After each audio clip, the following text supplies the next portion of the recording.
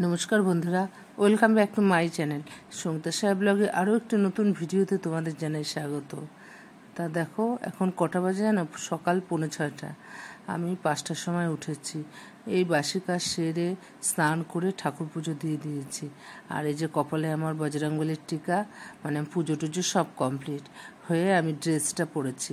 আর সকাল সকাল একটু মানে দুগাল আতপ চাল দিয়ে একটু সিদ্ধ ভাত করে নিলাম, কারণ তোমরা জানো মেয়ে আজকে যাবে ব্যাঙ্গালোরে, আমরা ওকে এয়ারপোর্টে তুলতে যাব 9:25 ফ্লাইট।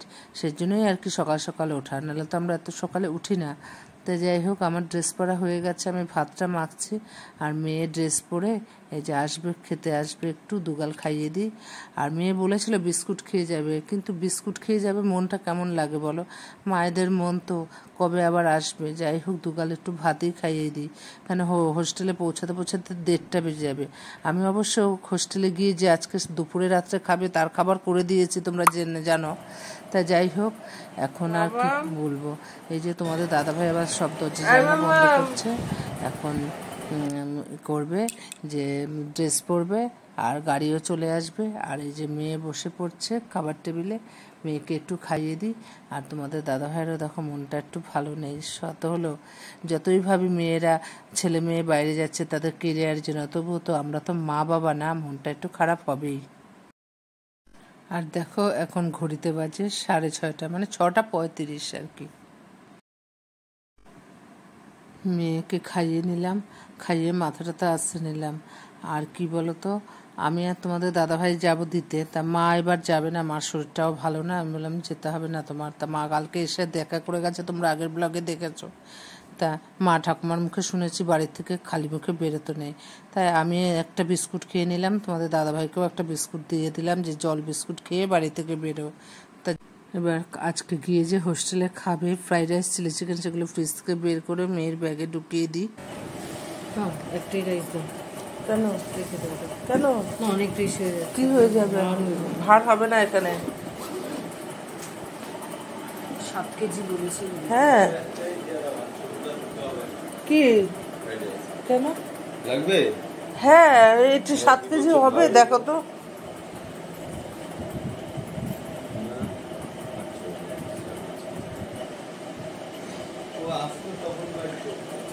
না না, অসুবিধা নেই কোনো।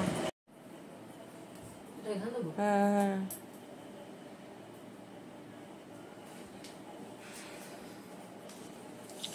হ্যাঁ, সাবধানে থাকবে।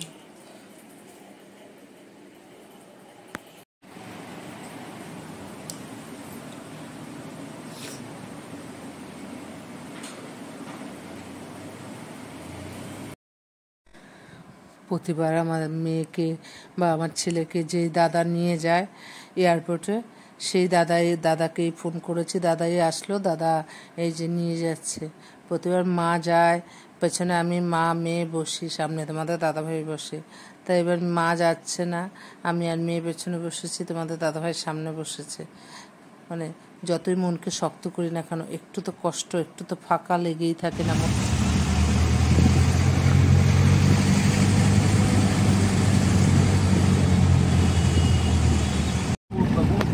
হয় না বইলা ওরা ওই যাত্রী যাত্রী ভাড়া টাকার অ্যামাউন্টটা দেখে আর ভাড়া নেয় না। এই একই ভাড়া যদি ওরা উবরে কাটে, দেখা গেল কোম্পানি 100-150 টাকা কেটে নেবে, সেখানে আমাদের রাজ্য সরকার কাটবে 10 টাকা।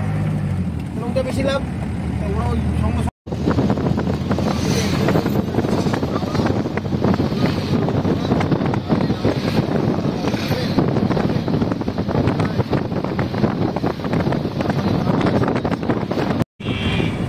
বলে নেওয়া ভালো। গাড়িতে একটু কথা বলতে বলতে এয়ারপোর্টে পৌঁছে গেলাম দেখো। আর এই যে তোমাদের দাদাভাই আগে ট্রলিটা টেনে নিয়ে যাচ্ছে, ওর যে খুব কষ্ট হচ্ছে বুঝতেই পারছি।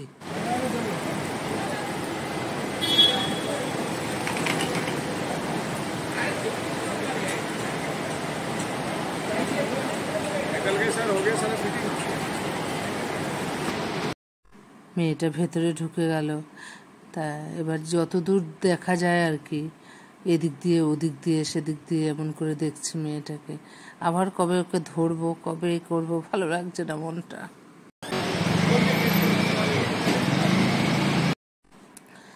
ফাঁক ফুক দিয়ে যখন মেয়েটাকে আর দেখা গেল না, মেয়েটা একদম ভেতরে চেকিংয়ের জন্য চলে গেল, তখন আমাদের গাড়িটাও এই যে এয়ারপোর্ট ছাড়তে চললো। এয়ারপোর্ট ছেড়ে আমরা এবার বাড়ির দিকে যাচ্ছি। তোমাদের দাদা ভাই আমি এবার পেছনে বসেছি।